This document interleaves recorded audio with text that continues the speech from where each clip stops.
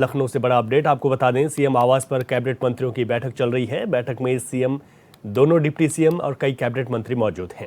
महाकुंभ की तैयारियों को लेकर सीएम योगी की यह बैठक है। महाकुंभ में देश विदेश से लाखों श्रद्धालु शामिल होते हैं। ये बड़ा अपडेट आपको बता रहे हैं। महाकुंभ की तैयारियों पर बैठक में विस्तार से चर्चा की जा रही है। तो सीएम आवास पर यह बैठक चल रही है। बैठक में सीएम और दोनों डिप्टी सीएम मौजूद हैं। आपको बताते चलें कि महाकुंभ की तैयारियों को लेकर यह बैठक रखी गई है। सीएम आवास पर बैठक चल रही है। महाकुंभ में देश विदेश के लाखों श्रद्धालु शामिल होते हैं। ऐसे में किस तरीके से तैयारियों को और मुकम्मल किया जा सके, इसको लेकर विस्तार से चर्चा जारी है।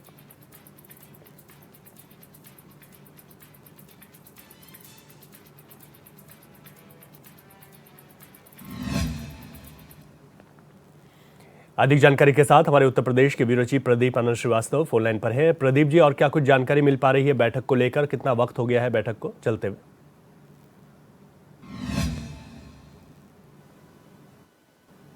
सुन पा रहे हैं प्रदीप जी? बिल्कुल रवि, आवाज आ रही है मेरी? जी जी बिल्कुल, आप कंटिन्यू कीजिए जी। जिस तरह से उत्तर प्रदेश सरकार आध्यात्मिक और कला संस्कृति को लेकर आगे बढ़ने की कोशिश कर रही है, उसी क्रम में ये बड़ा एक आयोजन उत्तर प्रदेश में प्रयागराज कुंभ का किया गया है, जहां पर 657 करोड़ रुपए का जो टोटल है वो इन्वेस्टमेंट है। और किस तरह से और दिव्य और भव्य बनाया जाए, इस पर जो है आज एक बड़ी बैठक हो रही है, जिसमें अगर हम बात करें तो पहली बार दोनों डिप्टी सीएम जल शक्ति मंत्री स्वतंत्र देव सिंह, मंत्री नरेंद्र कश्यप और इसके अलावा आयुष मंत्री दयाशंकर मिश्र, मंत्री कपिल देव अग्रवाल, मंत्री संदीप सिंह, मंत्री अरुण कुमार, मंत्री राकेश सचान और इसके अलावा आबकारी मंत्री नितिन अग्रवाल, प्रदेश अध्यक्ष भूपेंद्र चौधरी, धर्मपाल सिंह बैठक में पहुंचे हैं। मुख्यमंत्री के आवास पर बैठक शुरू हो चुकी है और ये जो पूरा बैठक हो रहा है रवि, ये निश्चित रूप से जो आगामी कुंभ की तैयारियां हैं उसके मद्देनजर हो रही है, क्योंकि दिसंबर में 15 तारीख तक जो समितियां हैं उनकी घोषणा हो जाएगी और जो कार्य है उनमें कितनी तेजी आई हुई है, कितने लोगों को समिति में रखा जाएगा, किस तरह से पूरे इस कार्यक्रम को संचालित किया जाएगा, एक अलग से नोडल अधिकारी नामित किया गया है। तमाम अच्छे जो उत्तर प्रदेश के अच्छे कैडर के आईएएस हैं उनकी ड्यूटी वहां लगाई गई है, जो आईपीएस है उनकी ड्यूटी लगाई गई है। इसके अलावा जो पीसीएस और पीपीएस अधिकारी हैं उनकी ड्यूटी लगाई गई है। कुल मिलाकर करीब 1 लाख के आसपास में जो है फोर्स और एडमिनिस्ट्रेशन के लोगों की ड्यूटी लगाई गई है। इसके अलावा अगर बात करें तो इस पहली बार ऐसा हो रहा है कि इस बार प्रयागराज के कुंभ में करीब 63 स्विस कॉटेज सिर्फ मीडिया गैलरी को दिए जा रहे हैं और जो बाहर से जैसे विदेश से भी बहुत सारे अनुयायी हैं जो भारत आ रहे हैं। इस बार जो नागा साधुओं की संख्या और उनका जो अखाड़ा है वो बड़ा हो रहा है, उनकी संख्या ज्यादा हो रही है। कैसे उनको मैनेज करना है, इन सब बातों पर विचार विमर्श हो रहा है। फाइनल ब्रीफिंग जो है अभी कुछ देर में उत्तर प्रदेश सरकार के पंचायती राज मंत्री भूपेंद्र चौधरी और प्रदेश अध्यक्ष भूपेंद्र चौधरी और जो उनके साथी मंत्रीगण हैं वो देंगे। फिलहाल बैठक जो है वो पूरी तरह से शुरू हो चुकी है। बिल्कुल, आपके माध्यम से दर्शकों तक वो जानकारी भी हम पहुंचाएंगे जब बैठक पूरी हो जाएगी। लेकिन प्रदीप जी, एक सवाल ये भी है कि कितना चुनौतीपूर्ण भी रहेगा इस वक्त यहाँ पर, जैसा आपने कहा कि संख्या भी बढ़ गई है, चाहे साधु संतों की हम बात करें या फिर अन्य तैयारियों को लेकर, तो उसको लेकर किस तरीके का एक नया डेवलपमेंट या फिर कुछ नई चीजें भी देखने को मिल सकती हैं? देखिए, जो नयापन है, सबसे बड़ी बात तो ये है कि इस बार हमने देखा है कि पीछे जब प्रयागराज में या कहीं भी हरिद्वार के कुंभ की बात करें, ये जो 2 बड़े कुंभ होते हैं उत्तराखंड और उत्तर प्रदेश में, इन कुंभ में जो एक वाटर पुलिस की ड्यूटी होती है, पुलिसिंग करने की और मॉनिटरिंग करने की, उसके अलावा आपात स्थिति से निपटने के लिए कोई अगर श्रद्धालु पानी के अंदर डूब रहा है या फिर इस तरह की कोई दिक्कत हो गई, उसको बचाने के लिए ऑटो रोबोट मशीन को जो है जापान से यहाँ पर मंगवाया गया है, खरीद कर उत्तर प्रदेश सरकार ने मंगवाया है। तो इस तरह की किसी भी जो है अनहोनी से अब बचा जा सकता है। संख्या की बात करें तो लाखों की संख्या जो है उत्तर प्रदेश के अलावा देश के अन्य राज्यों से जो श्रद्धालु हैं वो आएंगे। इसके अलावा इस बार मलेशिया, इंडोनेशिया, इसके नेपाल, भूटान और चीन, तमाम ऐसे देश हैं जहां पर भारत के संपत्ति हैं और वो इस बार प्रयागराज में कुंभ के परिदृष्टि से आ रहे हैं। तो उनके रहने के लिए, उनके बेहतरी के लिए जो भी चीजें उपलब्ध हो सकती हैं उन सब चीजों पर विचार विमर्श किया जा रहा है और उन सब चीजों को, वो जो भी वस्तुएं होंगी उन वस्तुओं को प्रोवाइड करवाने के लिए अलग अलग अधिकारियों को नामित किया गया है। मसलन अगर बात करें स्वास्थ्य के संदर्भ में, स्वास्थ्य को लेकर पार्थसारथी सेन शर्मा, अगर बात करें जल को लेकर यानी पानी को लेकर तो अनुराग श्रीवास्तव, इस तरह से तमाम जो आईएएस अधिकारी हैं उनकी ड्यूटी अलग अलग पॉइंट्स पे लगाई गई है ताकि श्रद्धालुओं को किसी तरह कोई दिक्कत ना हो, विद्युत की प्रॉपर व्यवस्था हो, कहीं से कोई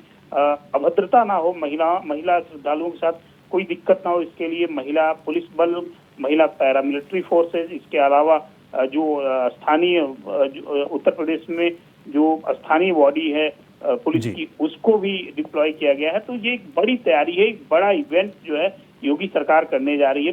बताया ये जा रहा है कि पिछली बार से ज्यादा बेहतर इस बार प्रयागराज का कुंभ देखने को मिलेगा। जी बिल्कुल, और आपकी बातों से ही समझा जा सकता है कि ये बैठक कितनी महत्वपूर्ण होने वाली है। बहुत शुक्रिया प्रदीप जी जानकारी के लिए। आगे बढ़ते हैं। विधानसभा उपचुनाव जीतने वाली बीजेपी गठबंधन के 7 विधायकों ने शुक्रवार को शपथ ली। विधानसभा अध्यक्ष सतीश महाना ने सभी को विधानसभा की सदस्यता शपथ दिलाई। इसके बाद बीजेपी प्रदेश मुख्यालय में नवनिर्वाचित विधायकों का अभिनंदन समारोह का आयोजन किया गया, जिसमें सीएम योगी आदित्यनाथ, प्रदेश अध्यक्ष भूपेंद्र सिंह चौधरी, डिप्टी सीएम केशव प्रसाद मौर्य और ब्रजेश पाठक समेत तमाम वरिष्ठ नेता शामिल हुए। बता दें, विधानसभा की 9 सीटों पर हुए उपचुनाव में बीजेपी गठबंधन 7 सीटों पर विजयी रही है। बीजेपी ने गाजियाबाद, कुंदरकी, मंझवा, कटेहरी, फूलपुर और खैर विधानसभा सीट पर जीत हासिल की है।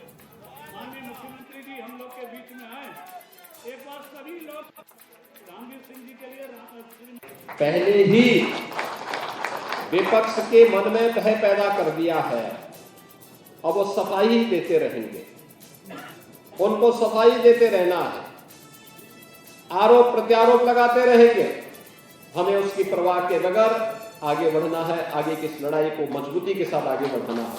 और इस अवसर पर मैं अपने ये 7 के 7 नवनिर्वाचित विधायकों को,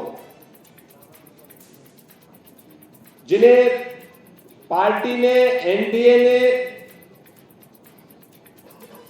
मौका दिया, श्रीमती मिथिलेश पाल जी को राष्ट्रीय लोकदल जो हमारा सहयोगी है, उन्होंने प्रत्याशी बनाकर के उतारा। राष्ट्रीय लोकदल और भारतीय जनता पार्टी के कार्यकर्ताओं ने सामूहिक रूप से लग करके उन्हें विजयी बनाने में अपना योगदान दिया। परिणाम हमारे सामने है, विपक्ष धराशायी होता हुआ दिखाई दिया। श्री अनिल कुमार के नेतृत्व में जो मंत्री और जो पदाधिकारी वहां लगे थे, पूरी मजबूती के साथ वहां पर कार्य कर रहे थे। परिणाम हमारे सामने, विपक्ष दूर दूर तक नजर नहीं आ रहा था। ऐसे ही गाजियाबाद में हमारे वहां महानगर के ही अध्यक्ष वहां पर प्रत्याशी बने और चुनाव कितना साइलेंटली हो रहा था वह बताता था कि इसका यहां का परिणाम बताएगा कि हम विजयी होंगे, और परिणाम हमारे पक्ष में। कुंदरकी के बारे में तमाम आशंकाएं थी और कुंदरकी ने दिखा दिया है कि वास्तव में जो लोग कल तक हमें जाति के नाम पे बांटते थे और तमाम बात के आधार पर बांटते थे, उनको मालूम हुआ होगा कि उनका जो तीर था उल्टा उन्हीं के लिए साबित हो गया है। और श्री रामवीर सिंह कुंदरकी में रिकॉर्ड वोटों से, आप सोचिए, एक ऐसी विधानसभा में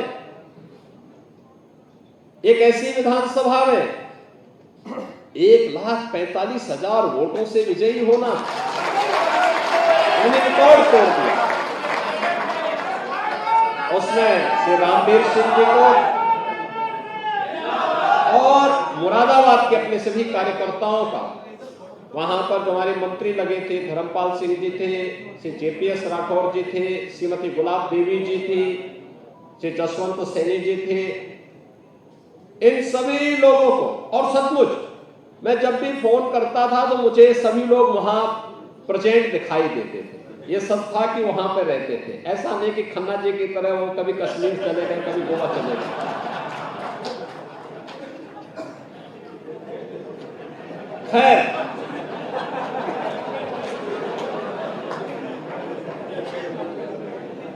खैर में भी देखिए, खैर की सबसे बड़ी स्थिति ये थी, खैर में हमारे जो विधायक थे वह सांसद बने। खैर में पार्टी ने वहां पर नया प्रत्याशी दिया और वह हमारे पुराने कार्यकर्ता श्री राजवीर सिंह दिलेर के सुपुत्र हैं। राजवीर सिंह दिलेर लोकसभा चुनाव के दौरान अचानक उनकी तबियत खराब हुई थी, वे दिवंगत हुए। और मुझे लगता है यही पार्टी होती है। पार्टी का हाथ ऐसे ही कार्यकर्ताओं के ऊपर और कार्यकर्ता परिवार के ऊपर रहता है। आज हमारा एक पुराना कार्यकर्ता नहीं, लेकिन पार्टी इस परिवार के साथ खड़ी है। खैर में श्री सुरेंद्र दिलेर वाजपेयी को, वाल्मीकि को वहां पर प्रत्याशी बना करके और फिर कार्यकर्ताओं ने लग करके वहां पर प्रदेश सरकार के मंत्री चौधरी लक्ष्मी नारायण जी को, श्री संदीप सिंह जी को, पार्टी के हमारे पदाधिकारी विधायकगण ने सब लग करके वहां पर उन्हें विजयी बनाने में योगदान दिए और भारी बहुमत से, रिकॉर्ड वोटों से वहां से वे आज विजयी बन करके हम सब के बीच में हैं। स्वाभाविक रूप से उनके परिवार के लोगों को भी इस चीज का एहसास हुआ होगा कि पार्टी एक बड़ा परिवार है और साथ साथ उनके पिता को, दिवंगत पिता की आत्मा को भी शांति मिली होगी। यह एक वहां पर हम लोगों को देखने को मिला। कटहरी, अब धर्मराज निषाद भी आपके बीच में है। वे पूर्व विधायक रह चुके हैं, लेकिन परिसीमन के बाद काफी चेंज हुआ, काफी बदलाव हुआ और उन सब से अलग हट करके वहां पर जिस मजबूती के साथ काम करना था, वहां पर हमारे पूर्व प्रदेश अध्यक्ष और प्रदेश सरकार के मंत्री श्री स्वतंत्र देव सिंह जी के नेतृत्व में हमारे मंत्रीगण तो जमे ही रहे। क्योंकि हम लोग देखते थे स्वतंत्र देव जी वहां पर हर समय जब भी फोन करते थे तो ये वहां मौजूद रहते थे। तो कटहरी में रह करके उन्होंने वहां काम किया। हमारे साथ वहां पे सहयोगी मंत्रीगण थे और साथ साथ श्री दयाशंकर मिश्रा दयालु थे, श्री गिरीश चंद्र यादव थे और भी हमारे जो मंत्रीगण थे, सब वहां पर स्वतंत्र देव सिंह जी के साथ में रह करके कार्य करते थे, कार्य कर रहे थे। संगठन ने डॉक्टर धर्मेश सिंह जी जो प्रदेश उपाध्यक्ष हैं, उनको भी वहां का दायित्व दिया था, जिन्होंने पूरी मजबूती के साथ रह करके वहां पर इन कार्यक्रमों को आगे बढ़ाने का काम किया। और बड़ी खबर इस वक्त आपको बता दें, कल संभल जाएगा सपा का प्रतिनिधि मंडल। ये बड़ी खबर आपको बता रहे हैं। 15 सदस्यीय प्रतिनिधि मंडल में कई वरिष्ठ नेता शामिल रहेंगे। नेता प्रतिपक्ष माता प्रसाद पांडे इसका नेतृत्व करेंगे। बड़ी खबर आपको बता रहे हैं, सपा प्रमुख अखिलेश यादव के निर्देश पर प्रतिनिधि मंडल जाएगा। प्रतिनिधि मंडल हिंसा की जानकारी लेने के साथ ही पीड़ितों से भी मुलाकात करेगा। अखिलेश यादव को संभल हिंसा की रिपोर्ट भी प्रतिनिधि मंडल की ओर से सौंपी जाएगी। तो ये बड़ी खबर आपको बता रहे हैं, जहां पर संभल में सपा का प्रतिनिधि मंडल जाएगा। आपको बता दें कि 15 सदस्यीय प्रतिनिधि मंडल में कई वरिष्ठ नेता शामिल हैं। नेता प्रतिपक्ष माता प्रसाद पांडे के नेतृत्व में ये प्रतिनिधि मंडल संभल जाएगा।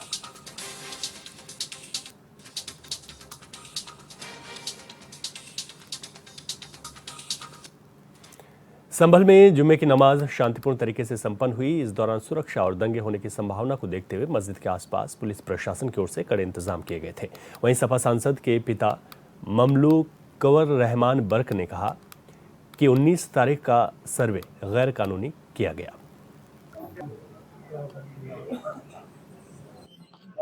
किसी की रिपोर्ट लिखाई ना पठान ने लिखाई तो कुछ सर 10 दिन का समय और मांगा रिपोर्ट सबमिट करने के लिए। क्या कहेंगे? 10 दिन का समय और मांगा रिपोर्ट सबमिट करने के लिए। तो ये गैर कानूनी है बिल्कुल। जब 19 बन गया 1991 में कि किसी 1945-47 की कोई दरगाह जो है वो नहीं बदली आई। आईएमसी के राष्ट्रीय मौलाना तौकीर को बरेली के सीबीगंज थाने के सामने से पुलिस ने गिरफ्तार कर लिया और थाने ले जाकर उनसे बातचीत की जा रही है। बता दें कि मौलाना तौकीर ने जुमे की नमाज के बाद संभल जाने का ऐलान किया था, जहां पुलिस ने उन्हें रोककर गिरफ्तार कर लिया।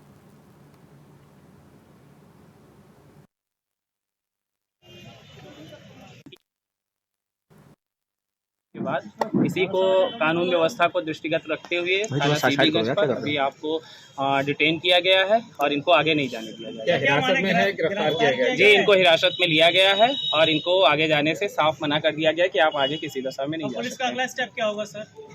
पुलिस का अगला स्टेप यही होगा कि कानून व्यवस्था की स्थिति न केवल संभल बल्कि पूरे प्रदेश में बनी रहे और इसी को दृष्टिगत रखते हुए इनको रोका गया है। अधिक जानकारी के साथ बरेली से हमारे संवाददाता दीपक कुमार फोन लाइन पर हैं। दीपक, और क्या कुछ जानकारी मिल पा रही है? जिस तरीके से उन्हें डिटेन किया गया है, क्या कुछ बातचीत उनके साथ की जा रही है और पुलिस का साथ ही और क्या कुछ इस पर कहना है? देखिए रवि, मैं आपको बता दूं, ये जो पूरा मामला है वो बरेली का है, जहां पर संभल घटना पर तौकीर रजा पहुंचने वाले थे। उन्होंने कल ये ऐलान किया था कि वो आज संभल पहुंचेंगे, मगर पुलिस ने उनको बरेली के जुमकत किराए के पास सीबीगंज थाने पर रोक लिया और उनके साथ साथ उनके 15-20 और लोगों को हिरासत में ले लिया। अब जब HNN की टीम ने मौलाना से बात की तो मौलाना ने ये कहा, मुझे आज तो हिरासत में ले लिया गया, रोक लिया गया, मगर मैं आज नहीं तो कल नहीं तो परसों संभल पहुंचूंगा और संभल के मुस्लिमों से मुलाकात करूंगा। उन्होंने ये भी कहा है कि जो 5 युवक मारे गए हैं संभल में, वो मारे नहीं गए, शहीद हुए हैं। पुलिस खुद मुस्लिमों पर गोली चला रही थी, मुस्लिमों को निशाना बना रही थी, मुस्लिमों के सीनों पे निशाना दाग रही थी और मुस्लिम 76 लोग थे, उन निशाना दाग रही थी। आखिर ये कौन सा कानून है? इस कानून में बताया गया कि मुस्लिमों को टारगेट किया जाएगा, मुस्लिमों को गोली चलाई जाएगी।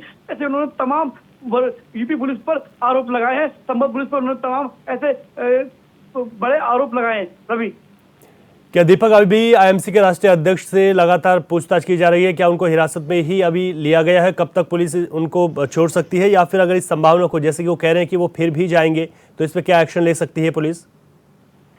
देखिए ये रवि, ये कहना मुश्किल है कि अब दोबारा वो कब जाएंगे, और फिलहाल पुलिस कह रही है हम इनको नहीं जाने देंगे, मगर मौलाना जिद पर है। मौलाना लगातार कह रहे हैं जैसे ही हिरासत से मैं छूटूंगा मैं दोबारा संभल पहुंचूंगा, संभल में जो शहीद उनके लोग हुए उनसे मुलाकात करेंगे, उनके परिजनों से जाके मुलाकात करेंगे, उनकी जो संभव मदद होगी मदद के लिए मौलाना लगातार कह रहे हैं। ठीक है, नजर बनाए रखें दीपक, आप बहुत शुक्रिया जानकारी के लिए। बॉलीवुड अभिनेत्री शिल्पा शेट्टी के पति और कारोबारी राज कुंद्रा के खिलाफ मनी लॉन्ड्रिंग मामले में ईडी ने यूपी में अलग अलग जगहों पर छापा मारा, जहां टीम राज कुंद्रा प्रोडक्शन का काम देखने वाले कर्मचारी और उनके कारोबारियों के ठिकानों पर गई है। कानपुर में अरविंद श्रीवास्तव के घर और कुशीनगर के पडरौना कोतवाली में अतुल श्रीवास्तव के घर पर टीम ने छापेमारी की। वहीं गोरखपुर से अतुल श्रीवास्तव को हिरासत में लेने की बात भी सामने आई है।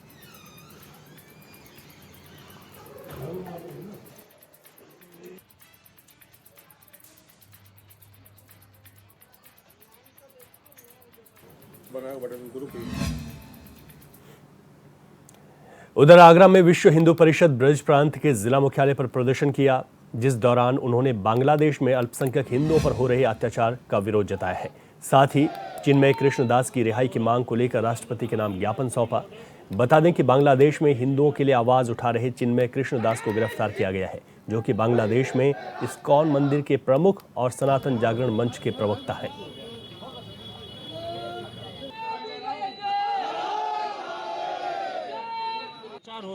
बांग्लादेश के अंदर इस्कॉन मंदिर के पुजारी श्री चिन्मय दास कृष्ण जी महाराज जी को बिना किसी वजह से गिरफ्तार किया गया और उनकी गिरफ्तारी का जो मूल कारण था वो विगत कई दिनों से, कई महीनों से वहां हिंदुओं पर हो रहे अत्याचारों के विरोध में वो लड़ रहे थे, संघर्ष कर रहे थे और हिंदू समुदाय को एकजुट कर संघर्ष भी कर रहे थे।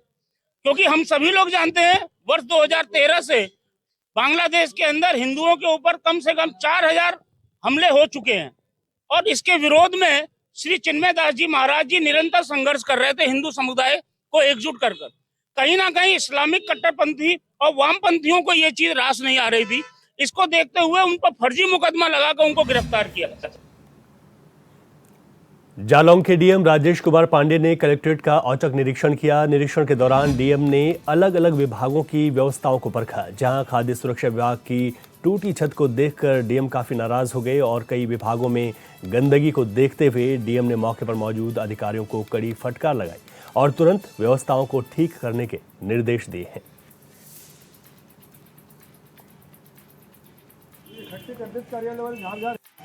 आकस्मिक निरीक्षण ये था औचक।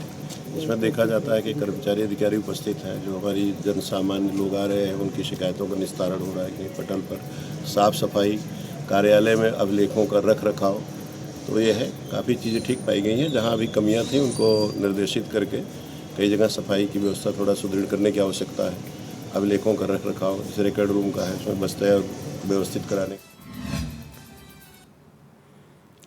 रायबरेली के ढीर थाना क्षेत्र के दारोगा हिमांशु मलिक को एसपी ने निलंबित कर दिया। बता दें कि दारोगा का एक वीडियो वायरल हुआ था जिसमें वो एक बाइक सवार के साथ अभद्रता करते नजर आ रहे थे। वायरल वीडियो के आधार पर दारोगा के खिलाफ यह कार्रवाई की गई है।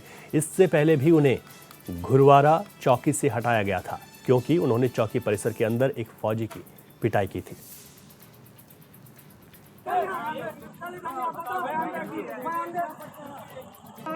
उनका गलती पूरी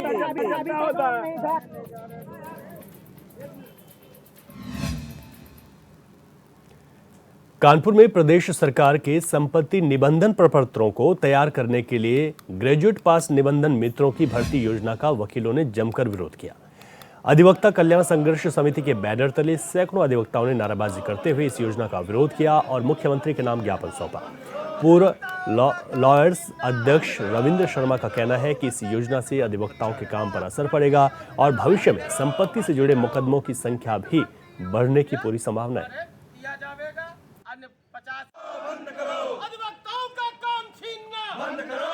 रजिस्ट्री ऑफिस का काम भी अब अधिवक्ताओं से छीना जा रहा है। जैसे तहसील का काम चला गया, कस्तूरी चले गए और अधिवक्ताओं को ऐसा प्रतीत हो रहा कि उनका सारा काम छीन लिया जाए, अधिवक्ता वृत्ति समाप्त कर दी जाए।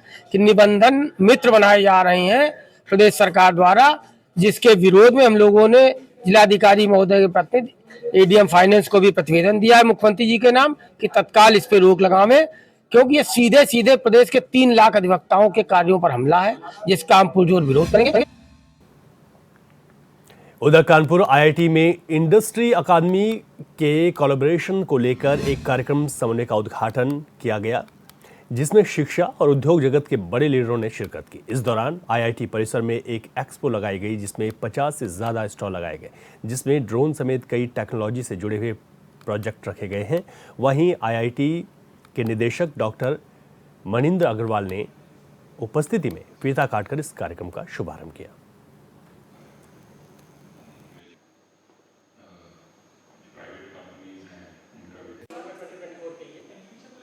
इंडस्ट्री के एक्सपर्ट्स को हमारे एकेडमिया के एक्सपर्ट्स से मिलाया जाए और ये बताया जाए कि आईआईटी कानपुर की क्या क्या क्षमताएं हैं, जिससे कि उनको ये इस बारे में जानकारी मिले कि क्या हम कर सकते हैं और उनकी क्या समस्याएं हैं वो हमसे शेयर करें।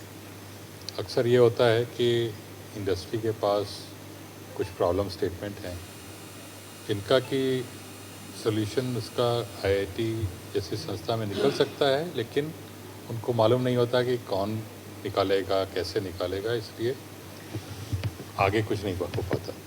तो इस इवेंट का उद्देश्य ये है कि दोनों तरफ से लोगों को मिलाया जाए, उनकी आपस में बातचीत हो। कानपुर के गोविंद नगर के एक घर में लाखों की हुई चोरी पर पुलिस ने खुलासा किया। पुलिस ने लड़कियों के भेष में चोरी करने वाले 2 आरोपियों को गिरफ्तार किया और उनके पास से नकदी समेत सोने, चांदी और हीरे के जेवर बरामद किए हैं। बता दें कि 2 साल से घर में कंस्ट्रक्शन का काम चल रहा था। युवक ही चोर निकला और उसने अपने साथी के साथ मिलकर इस चोरी की घटना को अंजाम दिया।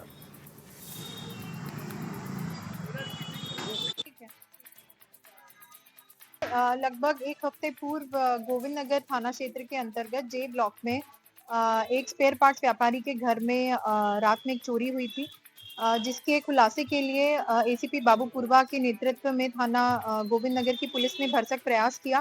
कई सीसीटीवी कैमरे इसमें देखे गए और सर्विलांस की मदद भी ली गई, स्थानीय मुखबिरों की मदद भी ली गई। इस घटना का खुलासा स्थानीय पुलिस के द्वारा किया गया है एवं लगभग 100% बरामदगी इसमें स्थानीय पुलिस के द्वारा की गई है। इसमें 2 व्यक्ति गिरफ्तार किए गए हैं, सत्यम यादव और अमोघ शुक्ला।